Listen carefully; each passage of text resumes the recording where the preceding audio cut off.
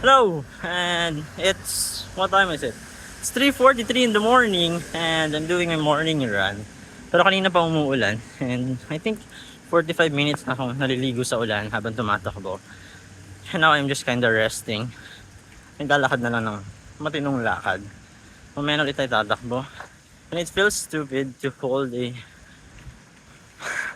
phone habang naglalakad.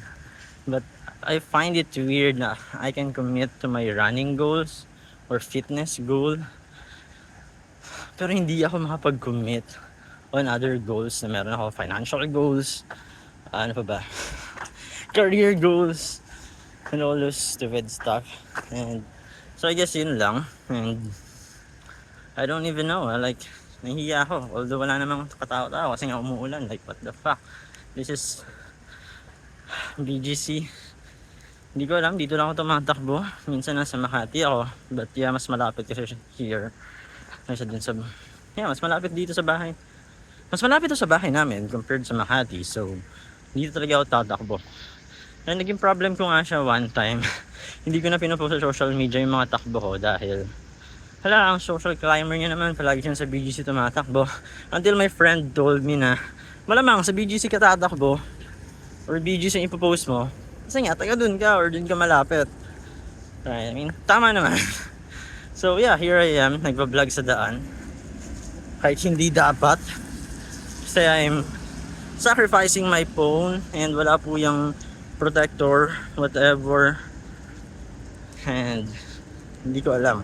Baka bukas wala na po akong phone and we need to buy something bago. Good yun para sa akin. Kasi bibili akong bago, magkakaroon ako new phone. Pero financially, it's not a really wise decision. Pero who cares? Pera ko naman yun. O diba? Ganun ko po ginagaslight yung sarili ko madalas.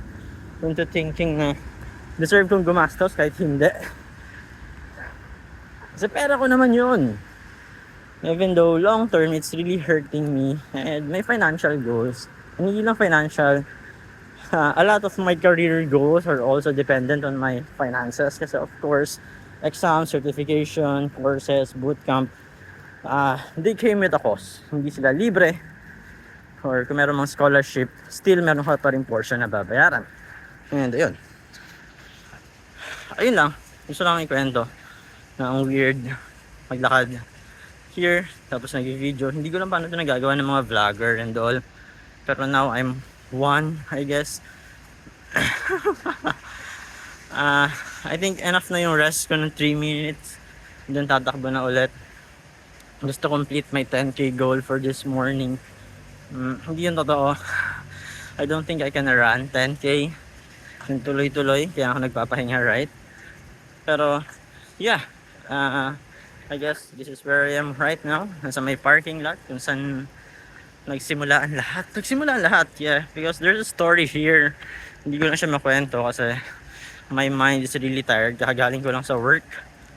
Yes, madaling araw na po pero nag-work ako. And naisipan ko lang mag-break. Sabi ko, takbo muna ako since my mind is really not working. Kaya yun, naisipan ko tumakbo. And now here I am. Or here we are. Kasi andito kayo. But honestly, if you're watching this, I think you're stupid. And isa ka rin sa mga taong walang ganap sa buhay. Or baka na ano lang siya, like, ni-recommend lang no YouTube algorithm. And that's nice, I guess. But at the same time, no. Kasi, why? Like, why would you watch this? There's definitely plenty of things you could possibly do na better yung magiging influence sa'yo kaysa makinig sa akin. So I don't really wish na may manood nito. But if ever meron, then bakit? Like, can you please comment bakit? And ayun lang, I guess. Hindi ko alam, hindi naman kasi talaga ako vlogger, hindi rin ako makwentong bata. Nadadaldal nyo lang ako if there's a series of questions that I need to answer. And of course, to answer those questions, kailangan kong magsalita or dumaldal in a sense. Sige, tanungin natin yung sarili natin. Ano nga bang gusto mo sa buhay? Bakit ka nagaganyan? I don't actually know.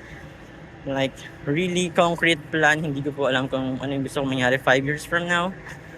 Definitely gusto kong magturo, but I don't want to do the paperwork that comes with it. So, yeah, kaya hindi ako nagturo or hindi ako nag-proceed to academe. And now nahihiya na ako magsalita kasi marami ng tao sa paligid ko. Wait. Ayun, wala na masyadong tao here, I guess. Tsaka hindi rin maulan dito na part. So ano yung sinasabi ko? Kaya hindi ako nag-proceed ng academe dahil nga I don't want to deal with the paperworks. And now narinig ko yung experience ng mga batchmate ko. It's really hard to deal with people, lalo na mga bata. Kasi you can't really blame them dahil they're not really yet mature. So hindi pa nila nakikita yung cause yung mga bagay or decisions. Hindi pa nila nakikita yung bigger picture. So they don't really kind of behave well. They don't really pay attention well. Meron namang ilan-ilan that would pay attention and would really listen and are really interested in learning. Challenge din yun sa nagtuturo to make it like a positive experience. Pero at the same time, nagsisimula pa rin kasi yun sa learner. At least para sa akin, there's something definitely the teacher could spark or the instructor could spark within the person or the student. Pero it's very limited yung effect noon compared sa nanggaling siya mismo dun sa estudyante. Light or fire or spark or whatever that is na, I'm motivated to learn, I want to learn. It's different. Or hindi ko alam, hindi naman kasi ako nakapagturo, even though may mga tinuturo. May mga tinuturan ako before, but it's clear na it's their parents who wants to put them in that situation na, every Saturday pupunta kay Christian or kay Hope, tapos we're gonna discuss mathematics and tinututoran ko yung bata. It's a good experience kasi nakakapagturo ako, but at the same time nakikita, like, you can really feel din sa bata na he's just there or they're just there dahil their parents kind of push them into that, and you cannot really argue or cannot really fight na sabihin, no ma'am, I don't want to do this. So it's hard, like, so sige, ano ba, definitely I could make it interesting. Naniniwala naman ako, I believe I made it interesting enough. So nagpatuloy siya until sa graduate na lang yung bata ng senior high and even nag first year college na lang. But there's a limit to it. Kaysa you're really interested sa topic and you're gonna learn it on your own. Pero syempre, it's still a necessity, I guess, to learn the core fundamental mathematical skills, I guess. Like, if mag-aaral ka or you're gonna proceed to the university level or even higher degree, yung fundamentals pa rin kasi yung pinakapuhunan mo. It's not really the plus minus and knowing all the equations. Of course, that could help, malamang.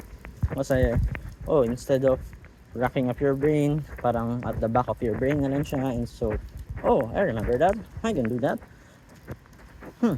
Because you build, I guess, enough problem solving skills experience. Ano ba sinasabi ko?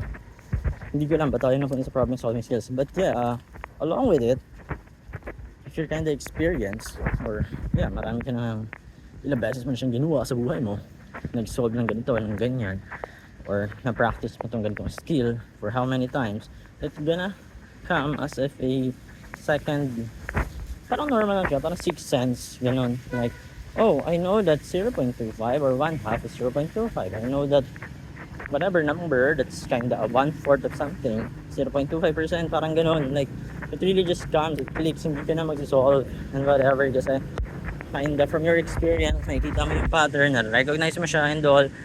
So there's that, you can solve it quickly, you can identify it quickly, parang ganun. I don't know, nagsasalita na lang ako kasi hindi na ako tumakbo. Shots, it's 9 minutes already. Pero mas na-enjoy ko talaga magdaldal kaysa sa tumakbo. Actually, I don't know. Ano pa bang need kong sabihin? Sa tingin talaga pinagtitingin na ng mga tao. Like, shit, may bata na namang another baliw na person here sa BGC. Bakit siya tumatakbo habang umuulan? I don't know. Ako rin hindi ko po alam. Like, lumabas ako ng bahay, nakita ko umuulan. Tapos yung pumasok sa utak ko, are we gonna commit to our commitment? Or are we gonna back down and be, sa bahay na lang, hihiga, mag-work ulit? Yung sinagot ko, I'm gonna commit to my commitment. Wow, diba? Like, tindi mo tol. Like, that's really wrong. And now, nagsasuffer na ako. Like, yun yung ginawa ko. Pagod ako, hinihingal.